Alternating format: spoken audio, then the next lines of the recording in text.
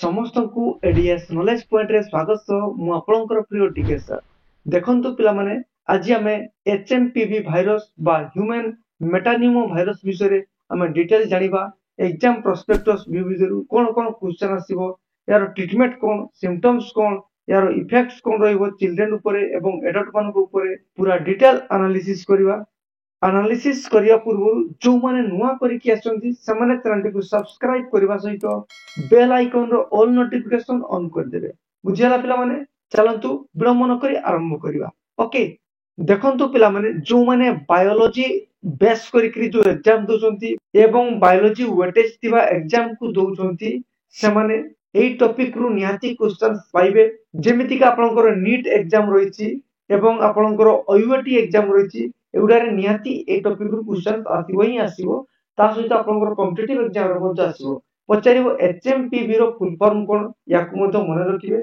हला human मेटानिमो virus गत वर्ष माने 2024 मसिया रो डिसेंबर 16 रु डिसेंबर 22 मध्य रे चाइना रे प्रथम थर पई देखा दैतिला बुझला एवं परे परे चाइना रो विभिन्न सिटी जेमिति का आपनकर बीजिंग हला वुहान हला ए सब शहर मान करे एई भाइरस टी कोन हला ना खेली गला बुझ पाले तेनु करी आपनकर जदी परीक्षा रे से प्रथम थर पई यार सिम्पटम्स को जगह रे देखा दितिला ताले तार सठिक उत्तर जे आपनकर चाइना ओके केबे पचारि पारे ताले आपन मन रखिबे ना डिसेंबर मास 16 रु 22 तारिख रे प्रथम यार सिम्पटम्स देखा दितिला 14 वर्ष किंबा 14 वर्ष रु कम बयस रो जो चाइल्ड माने बा छोटे छोटे छुआ माने थिले तांको पाखरे एई रोगर लक्षण टिए देखा दितिला भाई भूताणु टिए चिन्हट करा जायतिला बुझला किंतु पिला माने मन रखतु एई भाइरस टी प्रथम थर पई 2001 मसिया रे हमर जण वैज्ञानिक थिले से वैज्ञानिक होचंती भांडेन हुजेन एवं तांकर कलिग्स मिसिकरी से माने कोन करथिले ना नेदरलैंड रो गोटे लैबोरेटरी रे से माने कल्चर्ड सेल रे भाइरस को ग्रोथ करथिले एवं से भाइरस रो ग्रोथ करिवा सैंपल भितरे से माने कोन करथिले ना ए भूताणु को चिन्हट करथिले बुझियाला जोटा कि हमर फर्स्ट टाइम बा प्रथम थर पई हमर साइंटिफिक बा वैज्ञानिक भित्ति आधार भितरु से माने प्रथम थर पई आविष्कार करथिले 2001 मसिया रे बुझियाला पिला माने मने रखंतु से माने जो चिन्हट करथिले कोन कहली ना रैप पीसीआर ए टेक्निक को अप्लाई करके टेस्ट करके से भूताणु को बा ए भाइरस टी को एचएमपीवी को पाइथिले प्रथमे जानिबा पीसीआर पीसीआर माने हम समस्त जानछु पॉलीमरेज चेन रिएक्शन रैप होची आपनकर आरएनए आर्बिट्रारिली प्राइम्ड ता माने से टेस्ट रो ना होची RNA arbitrarily primed polymerase chain reaction ए टेस्ट माध्यम रे से माने कोन करथिले 2001 मसिया रे नेदरलैंड रो एक लैबोरेटरी रे से माने एई भाइरस टी को कोन करथिले ना चिन्हट करथिले साइंटिफिकली किंतु किछि साइंटिस्ट मानकर मत कोन कि या पूर्व रु भी ए भाइरस एग्जिस्ट करथिला ओके तेनु कि ताकू मध्य मन रखि देबे ओके बुझियाला पिला माने देखंतु एई भाइरस बा एई भूताणुटी टैक्सोनॉमिकली व्यू भितरु न्यूमोविरिडी फैमिली रु बिलोंग करथाय ताले ये टैक्सोनॉमिकली व्यू भितरु न्यूमोविरिडी फैमिली रु बिलोंग करथाय एवं ये मेटानिमो भाइरस जेनस रु आसीछि ओके ताले यार जेनस कोन जानिले ना मेटानिमो भाइरस आउ एई जेनस रो टू टाइप्स रो स्पीसीज रहिछि गोटे होछि आपनकर एवियन मेटानिमो भाइरस आउ होछि ह्यूमन मेटानिमो भाइरस जोटा आपनकर एवियन मेटानिमो भाइरस स्पीसीज रहिछि से स्पीसीज रे केवल एवियन माने बर्ड मानक पाखरे एई रोगटी देखा दैथाय बुझियला किंतु आउ गोटे जो स्पीसीज रहिछि ह्यूमन मेटानिमो भाइरस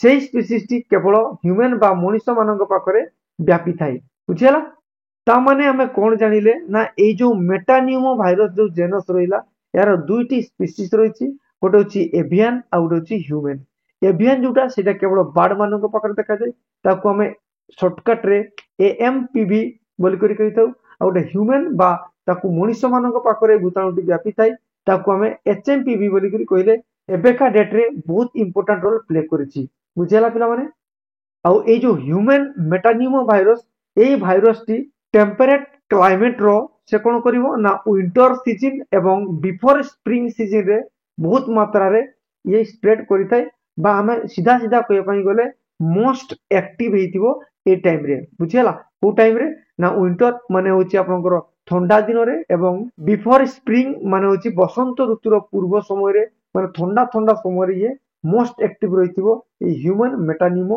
ଭାଇରସଟି। ଓକେ, ଯୋଉଟାକୁ ଆମେ ସର୍ଟକଟ୍ ରେ HMPV ବୋଲିକରି କହୁଛେ। ବୁଝିଗଲା ପିଲାମାନେ?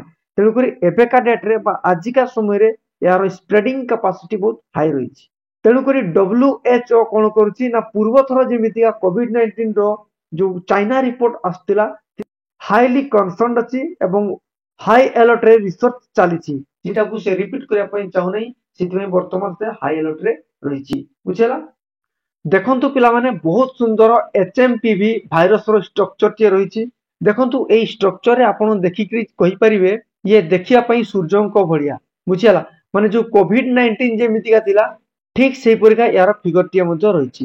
ଦେଖନ୍ତୁ ଏଥିରେ ବିଭିନ୍ନ ପ୍ରକାର ପ୍ରୋଟିନ ମଧ୍ୟ ରହିଛି, ଯେମିତିକି ଆପଣଙ୍କର ଏସଏଚ ପ୍ରୋଟିନ ଦେଖିପାରୁଛନ୍ତି, ତା ସହିତ ଗ୍ଲାଇକୋ ପ୍ରୋଟିନ ସେ ମଧ୍ୟ ରହିଛି ଆପଣ ଏବଂ ଫ୍ୟୁଜନ ପ୍ରୋଟିନ ମଧ୍ୟ ରହିଛି ଏବଂ ତା ସହିତ ବିଭିନ୍ନ ପ୍ରକାରର ମ୍ୟାଟ୍ରିକ୍ସ ର ପ୍ରୋଟିନ ରହିଛି ଏବଂ ନ୍ୟୁକ୍ଲିୟ ପ୍ରୋଟିନ ମଧ୍ୟ ରହିଛି। ବୁଝିହେଲା? ଯୋଉଟା କି ଆପଣଙ୍କର ବହୁତ ହାଇଲି ପ୍ରୋଟିନିୟସ୍ ଭାଇରସଟିଏ। ଏଇ ଭାଇରସରେ ଦେଖନ୍ତୁ ଗୋଟାଏ ହିଁ ଆପଣଙ୍କର ଆରଏନଏ ରହିଛି, ଯୋଉଟାକୁ ଆମେ କଣ କହୁଥାଉ ନା ସିଙ୍ଗଲ ଷ୍ଟ୍ରାଣ୍ଡ ଆରଏନଏ ବୋଲିକରି କହିଥାଉ। ବୁଝିହେଲା? ତେଣୁକରି ଆମେ HMPV ଭାଇରସକୁ କଣ କହିପାରିବା ନା ତାହେଲେ ସିଙ୍ଗଲ ଷ୍ଟ୍ରାଣ୍ଡ ଆରଏନଏ ଭାଇରସ ବୋଲିକରି ମଧ୍ୟ ତାକୁ ଆମେ କହିପାରିବା। ଦେଖନ୍ତୁ ଏଥିରେ ଗୋଟେ ହିଁ ଷ୍ଟ୍ରାଣ୍ଡ ରହିଛି, ଡବଲ ଷ୍ଟ୍ରାଣ୍ଡ ଅଛି କି ନାହିଁ, ତେଣୁକରି ତାକୁ ଆମେ କଣ କହିବା ନା ସିଙ୍ଗଲ ଷ୍ଟ୍ରାଣ୍ଡ କହିପାରିବା। ହେଲା? କିନ୍ତୁ ପିଲାମାନେ ଟିକେ ଧ୍ୟାନ ଦେବେ, ଏଇ ଯୋଉ HMPV ଭାଇରସ ରହିଲା ଏହାର ବର୍ତ୍ତମାନ କୌଣସି ରିସର୍ଚ୍ଚ କାମ ଇନିସିଏଟ ହେଇନାହିଁ। ରିସର୍ଚ୍ଚ କାମ ଯେତେବେଳକୁ ଇନିସିଏଟ ହେଇନାହିଁ, ତେଣୁକରି ଆମେ ସଠିକ ଭାବରେ ଏହାର ଜେନୋମ ସିକ୍ୱେନ୍ସ ମଧ୍ୟ କହିପାରିବା ନାହିଁ ଏବଂ ଏହାର ଜେନେଟିକ କୋଡ କଣ ରହିଛି ତାକୁ ମଧ୍ୟ କୌଣସି ରିସର୍ଚ୍ଚ ହେଇନାହିଁ। ତା ଛଡା ଏଇ ଭାଇରସର ମଲିକୁଲାର ବାୟୋଲୋଜି ଟେକ୍ନିକ ବେଶ କୌଣସି ରିସର୍ଚ୍ଚ ଇନିସିଏଟ ହେଇନାହିଁ।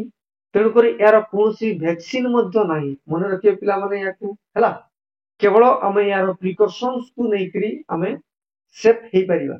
ପିଲାମାନେ ଏଇ ଚିତ୍ରରେ ଭଲ ଭାବରେ ଦେଖିପାରୁଥିବେ, ଏ ହେଉଛି ଆପଣଙ୍କର ସିଙ୍ଗଲ ଷ୍ଟ୍ରାଣ୍ଡ ଆରଏନଏ। ଚାଲନ୍ତୁ ପିଲାମାନେ ଏବେ ଦେଖିବା HMPV ବା ହ୍ୟୁମାନ୍ ମେଟାନିମୋ ଭାଇରସର ସିମ୍ପଟମ୍ସ କଣ କଣ ରହିଛି। ଏହାର ସିମ୍ପଟମ୍ସ ବିଶେଷ କରିକି ଆପଣଙ୍କର ନାକରୁ ପାଣି ଆସିବା, ଯେମିତିକା ସିଙ୍ଗାଣି ବାହାରିବା, ମାନେ କଫ ହେବା, ନିଶ୍ୱାସ ପ୍ରଶ୍ୱାସରେ ଅସୁବିଧା ହେବା, ତା ସହିତ ଆପଣଙ୍କର ଛିଙ୍କ ହେବା, ଜ୍ୱର ହେବା ଆଉ କୁଣ୍ଡେଇ ହେବା, এই ସବୁ ମୁଖ୍ୟ ଲକ୍ଷଣ ରହିଛି ଆପଣଙ୍କର ହ୍ୟୁମାନ୍ ମେଟାନିମୋ ଭାଇରସର। ହେଲା? ତେଣୁକରି ଆମେ କାରଣ କଣ ହେଲା, ଲକ୍ଷଣ କଣ ହେଲା, ତାର ନିରାକରଣ ମଧ୍ୟ ନିତ୍ୟାନ୍ତ ଭାବରେ ଜାଣିବା ଆବଶ୍ୟକ। ଓକେ?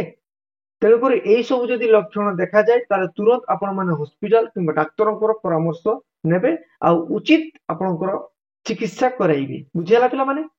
ଏବେ ଦେଖିବା ପିଲାମାନେ ଏଇଟା କେମିତିକା ଗୋଟେ ଲୋକଙ୍କ ପାଖରୁ ଆଉ ଗୋଟେ ଲୋକଙ୍କୁ କେମିତିକା ଇନଫେକ୍ଟେଡ ହୁଏ ବା କେମିତିକା ସେ ବ୍ୟାପିଥାଏ। ଦେଖନ୍ତୁ ବ୍ୟାପିବା ପାଇଁ ଏହାର ମୁଖ୍ୟତଃ ତିନୋଟି କାରଣ ରହିଛି। ପ୍ରଥମ କାରଣଟି ହେଉଛି ଏହାର ରେସ୍ପିରେଟୋରୀ ଡ୍ରପଲେଟ ବା ତାକୁ ଆମେ ଏରୋସଲ କହୁଛେ, ଯୋଉ ଦ୍ୱାରା କି ଆପଣଙ୍କର କାଶ ଛିଙ୍କ ମାଧ୍ୟମରେ ବ୍ୟାପିଥିବ। ଏହାର 2 ନମ୍ବର କାରଣଟି ହେଉଛି ଡାଇରେକ୍ଟ କଣ୍ଟାକ୍ଟ। ବୁଝିପାରୁଛନ୍ତି? ଡାଇରେକ୍ଟ କଣ୍ଟାକ୍ଟ ମାନେ ଡାଇରେକ୍ଟ ଆପଣ ଛୁଆଁ ବା ଛୁଇଁ ଦେଲେ ଏଇ ରୋଗଟି ମଧ୍ୟ କଣ ହେଇଥିବ ନା ଇନଫେକ୍ଟେଡ କରିବ, ଯେମିତିକା ଆମର COVID-19 ର ସିମ୍ପଟମ୍ସ ରହିଥିଲା। ବୁଝିହେଲା? ଥାର୍ଡରେ ଦେଖିବା ଆପଣଙ୍କର କ୍ଲୋଜ ଏନଭାୟରମେଣ୍ଟ। କ୍ଲୋଜ ଏନଭାୟରମେଣ୍ଟ ମାନେ ବହୁତ ଜନଗହଳି ଅଞ୍ଚଳ ମାନଙ୍କରେ କିମ୍ବା ବଡ ବଡ ଅଫିସ ଯୋଉଥିରେ ଆପଣଙ୍କର ବହୁତ ଲୋକ ରହିଥିବେ, ସେ ଅଞ୍ଚଳ ମାନଙ୍କରେ ଯଦି ଆପଣ ରହିବେ ତାହେଲେ ମଧ୍ୟ ଆପଣଙ୍କୁ ବହୁତ ମାତ୍ରାରେ ଇନଫେକ୍ଟେଡ କରିବ। ତା ସହିତ ଆପଣଙ୍କର ବିଭିନ୍ନ ଶ୍ୱାସ ରୋଗ ଏବଂ ବିଭିନ୍ନ ପ୍ରକାର ହାର୍ଟର ଯଦି ଆପଣଙ୍କର ଡିଜିଜ ରହିଛି ତାହେଲେ ମଧ୍ୟ ଆପଣଙ୍କୁ ବହୁତ ଶୀଘ୍ର ଇନଫେକ୍ଟେଡ କରିବ। ଆଉ ମୁଁ ଆପଣଙ୍କୁ ଆଗୁଆ କହିଦେଇଛି ଯେ ଯଦି ଆପଣଙ୍କର 5 ବର୍ଷ କିମ୍ବା 5 ବର୍ଷରୁ କମ ଶିଶୁମାନଙ୍କୁ ଏବଂ 65 ଇୟର୍ସରୁ ଅଧିକା ଥିଲେ ସେ ଲୋକଙ୍କୁ ବହୁତ ମାତ୍ରାରେ କଣ କରିଥାଏ ନା ଇନଫେକ୍ଟେଡ କରିଥାଏ। ଓକେ? ତାହେଲେ 5 ବର୍ଷରୁ କମ ଏବଂ 65 ବର୍ଷରୁ ଅଧିକ ବୟସ୍କ ଲୋକମାନଙ୍କ ପାଖରେ ଏହି ରୋଗଟିଏ ବହୁତ ମାତ୍ରାରେ କଣ କରିଥାଏ ନା ସଂକ୍ରମିତ କରିଥାଏ ବା ଆକ୍ରମଣ କରିଥାଏ। ଦେଖନ୍ତୁ ଏବେ ଦେଖିବା ଏହାର ଟ୍ରିଟମେଣ୍ଟ। ଟ୍ରିଟମେଣ୍ଟ କଣ କଣ ରହିଛି? ଦେଖନ୍ତୁ ଏହାର ଇନକ୍ୟୁବେସନ ପିରିୟଡ ହେଉଛି 2 ରୁ 5 ଡେଜ, ମାନେ 2 ରୁ 5 ଦିନ ଭିତରେ ଆପଣଙ୍କୁ ଏହାର ସିମ୍ପଟମ ଦେଖାଯିବ ବା ଏଇ ରୋଗଟି ହେଲା ବୋଲି ଆପଣଙ୍କୁ ଜଣା ପଡିବ। ବୁଝିହେଲା? ଏହାର ମ୍ୟାନେଜମେଣ୍ଟ କେମିତି କରିବେ? ପ୍ରଥମେ ୟାକୁ ଭଲ ଭାବରେ ଖାଦ୍ୟ ଖାଇକି ରେଷ୍ଟ ନେବେ। ହେଲା? ବହୁତ ମାତ୍ରାରେ ପାଣି ପିଇବେ। ଆଉ କଣ କରିବେ ନା ଆପଣଙ୍କର କିଛି ମେଡିସିନ କୁ ମଧ୍ୟ ୟୁଜ କରିପାରିବେ। ସେ ମେଡିସିନ ହେଉଛି ଆପଣଙ୍କର ଏସିଟାମିନୋଫେନ କିମ୍ବା ଆପଣଙ୍କର ଇବୁପ୍ରୋଫେନ କୁ ମଧ୍ୟ ୟୁଜ କରିପାରିବେ। ହେଲା? ଆଉ କଣ କରିବେ ନା ଯୋଉ ଜାଗାରେ ଅକ୍ସିଜେନ ବହୁତ ମାତ୍ରାରେ ରହିଛି ବା ଅକ୍ସିଜେନ ଏବଂ ଫ୍ଲୁଇଡ କୁ ବହୁତ ମାତ୍ରାରେ ୟୁଜ କରିବେ। ହେଲା? ଆଉ ଆପଣଙ୍କର ସ୍ପ୍ରେଡ କୁ ପ୍ରିଭେଣ୍ଟ କରିବେ, ଦୂର କେମିତି କରିବେ? କେମିତି ଆପଣଙ୍କ ପାଖକୁ ଆସିପାରିବନି ତା ପାଇଁ ଆପଣ କଣ କରିବେ ନା ମଝିରେ ମଝିରେ ହ୍ୟାଣ୍ଡକୁ ୱାଶ କରିବେ ଆଉ ହ୍ୟାଣ୍ଡ ସାନିଟାଇଜର ୟୁଜ କରିବେ ତା ସହିତ ଆପଣଙ୍କର ମାସ୍କକୁ ନିଶ୍ଚୟ ଭାବରେ ୟୁଜ କରୁଥିବେ ବୁଝିହେଲା। ତାହେଲେ ଜାଣି ଆପଣ ଏଇ ସବୁ ରୋଗକୁ ବହୁତ ଶୀଘ୍ର ଏଡେଇ ପାରିବେ ଏବଂ ମ୍ୟାନେଜମେଣ୍ଟ କରିପାରିବେ ବୁଝିହେଲା। ତାହେଲେ ଆମେ ଜାଣିଲେ ଏଇ ରୋଗର କାରଣ ଲକ୍ଷଣ ନିରାକରଣ କେମିତି କଣ କରିବେ। ଏବେ ଦେଖିବା ଏଇ ରୋଗଟି ବର୍ତ୍ତମାନ କଣ କରୁଛି ନା Hong Kong Malaysia Kazakhstan India Italy Ukraine ଏବଂ ଗ୍ରୀସ ଦେଶ ମାନଙ୍କରେ ବ୍ୟାପିବାରେ ଲାଗିଛି। ତା ସହିତ ଆପଣଙ୍କର ୟୁରୋପର ମଧ୍ୟ ବ୍ରିଟେନ ଏଗୁଡାରେ ମଧ୍ୟ ବହୁତ ମାତ୍ରାରେ ବ୍ୟାପିବାରେ ଲାଗିଛି। ଇଣ୍ଡିଆର କେସ୍ ଦେଖିବା ପିଲାମାନେ ଇଣ୍ଡିଆରେ ଏବେ ସୁଦ୍ଧା 13 ଲୋକଙ୍କୁ ଆପଣଙ୍କର ଇନଫେକ୍ସନ ହେଇଛି ବା ଇନଫେକ୍ଟେଡ ହେଇଛନ୍ତି। 13 ଲୋକ ମଧ୍ୟରୁ ପ୍ରଥମେ ଆପଣଙ୍କର କର୍ଣ୍ଣାଟକ ଷ୍ଟେଟର ବେଙ୍ଗଲୁରୁର ଗୋଟେ ପ୍ରାଇଭେଟ ହସ୍ପିଟାଲରେ ଏହାର ସିମ୍ପଟମ୍ସ ବା ଲକ୍ଷଣ ଦେଖାଯାଇଥିଲା। ତେଣୁକରି ପରୀକ୍ଷାରେ ଯଦି ଆସେ ପ୍ରଥମେ କୋଉ ରାଜ୍ୟରେ ଦେଖାଯାଇଥିଲା ତାହେଲେ କର୍ଣ୍ଣାଟକ ହବ, କୋଉ ସହରରେ ଦେଖାଯାଇଥିଲା ତାହେଲେ ବେଙ୍ଗଲୁରୁ ହବ, ୟାକୁ ମଧ୍ୟ ନୋଟ କରିବେ ହେଲା। ତା ସହିତ ଆପଣଙ୍କର ଗୁଜୁରାଟରେ ମଧ୍ୟ ସିମ୍ପଟମ୍ସ ଦେଖାଦେଇଛି ପାଖାପାଖି 5ଟି ହେଲା, ଯୋଉଥିରେ କି 9 ମାସର ଛୁଆ ମାନେ 9 ମନ୍ଥର ଯୋଉ ଚାଇଲ୍ଡ ଶିଶୁ ଥିବେ ତାଙ୍କ ପାଖରେ ଏବଂ 59 ଇୟର୍ସ ଏଜର ଯୋଉ ବୁଢା ମାନେ ଥିବେ ବୃଦ୍ଧ ମାନେ ଥିବେ ତାଙ୍କ ପାଖରେ ମଧ୍ୟ ଗୁଜୁରାଟର ସିମ୍ପଟମ୍ସ ଦେଖାଦେଇଛି। ତା ସହିତ ଆପଣଙ୍କର ଆସାମର ମଧ୍ୟ ଲକ୍ଷ୍ମୀପୁର ଠାରେ 11 ମନ୍ଥର ଗୋଟେ ଶିଶୁ ପାଖରେ ଏଇ ଲକ୍ଷଣ ଦେଖାଦେଇଛି। କଲିକତାରେ ମଧ୍ୟ ଏହାର 3ଟି ଲୋକଙ୍କ ପାଖରେ ଏଇ ଲକ୍ଷଣ ଦେଖାଦେଇଛି ଏବଂ ମହାରାଷ୍ଟ୍ରର ଆପଣଙ୍କର ମୁମ୍ବାଇ ହେଲା ଆଉ ନାଗପୁର ଏଇ ସବୁ ସହର ମାନଙ୍କରେ ମଧ୍ୟ ଇନଫେକ୍ସନ ଷ୍ଟାର୍ଟ ହେଇଯାଇଛି ବା ତାର ସିମ୍ପଟମ୍ସ କିଛି କିଛି ପେସେଣ୍ଟ ମାନଙ୍କ ପାଖରେ ଦେଖାଦେଉଛି। ତେଣୁକରି ଆପଣ ମାନେ ଆଗୁଆ ହୁସିଆର ହେଇଥାନ୍ତୁ। ଓକେ, ତା ସହିତ ଦେଖନ୍ତୁ ଆମ ଭାରତର ଯୋଉ ହେଲ୍ଥ ମିନିଷ୍ଟର ଅଛନ୍ତି ଜେପି ନଡ୍ଡା ପ୍ରେସ କନଫରେନ୍ସ କରିକି କହିଛନ୍ତି ନା HMPV is not a threat, ମାନେ ଏଇଟା ଏତେ ଡେଞ୍ଜର ନୁହଁ, ୟାକୁ ଆମେ କଣ୍ଟ୍ରୋଲ କରିପାରିବା।